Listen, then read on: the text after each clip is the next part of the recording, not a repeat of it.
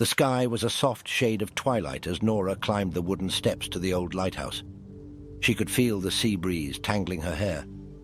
Nora had always been intrigued by lighthouses, their stoic forms guarding the sea's deepest secrets. Today, she felt a pull she could not ignore. She reached the door, half expecting it to be locked. To her surprise, it creaked open with a simple push, inviting her into the unknown.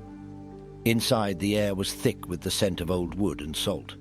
Dim light filtered through dusty windows, casting shadows on the walls. On a rustic table, Nora found an old leather-bound diary. Its worn pages seemed to whisper tales of a bygone era, of love, loss, and the sea. She opened it carefully, its pages crinkling like the edges of a calm sea. The handwriting was elegant but shaky, penned with a sense of urgency. "The stars will guide you, but only the moon knows the truth," she read aloud, each word settling into her like pebbles in a pond. Suddenly, Nora felt a shiver down her spine. The room seemed to grow colder, urging her to look out the window. Outside, the moon was a crescent, cradling a cluster of stars like a mother would her child. It was as if they were echoing the diary's cryptic message. She picked up a lantern and made her way up the spiral staircase, each step echoing in the silent tower like a lonely heartbeat.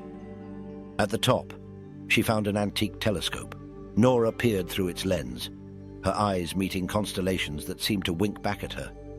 Suddenly, her gaze fixed on a secluded island across the sea. Though it was barely visible, she felt an inexplicable connection to it. The island seemed to call out to her, promising answers and more.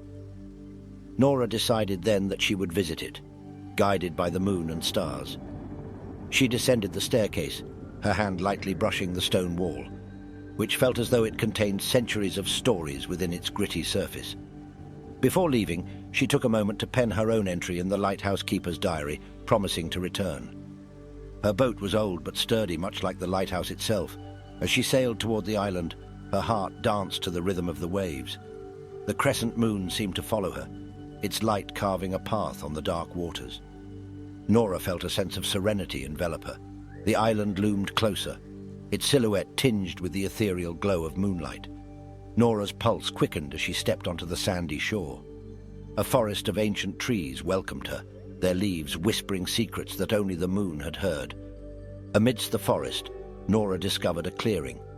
At its center stood a lone willow tree, its branches swaying softly like a lullaby. She felt a compelling need to sit beneath it. As she did, a sense of peace washed over her, as if the tree itself were sharing its timeless wisdom. Suddenly, her eyes fell upon a mysterious carving on the tree, an inscription that read, "Here lies the heart of the lighthouse keeper." Nora felt her own heart swell with emotion. It was as if the lighthouse keeper, though long gone, was communicating with her across time and space.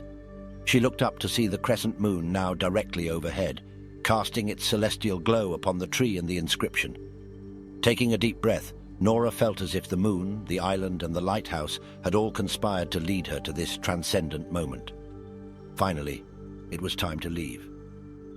Nora returned to her boat, sailing back to the lighthouse that had set her on this mystical journey. Once again in the tower, she took one last glance through the telescope. The island seemed to have vanished, as if it existed only for her. She penned her final entry in the diary, leaving it for the next wayfarer. Though she didn't understand it all, she knew she had experienced something profound.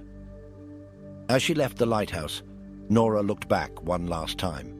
It stood there, a guardian of mysteries and untold stories, both ancient and yet to come.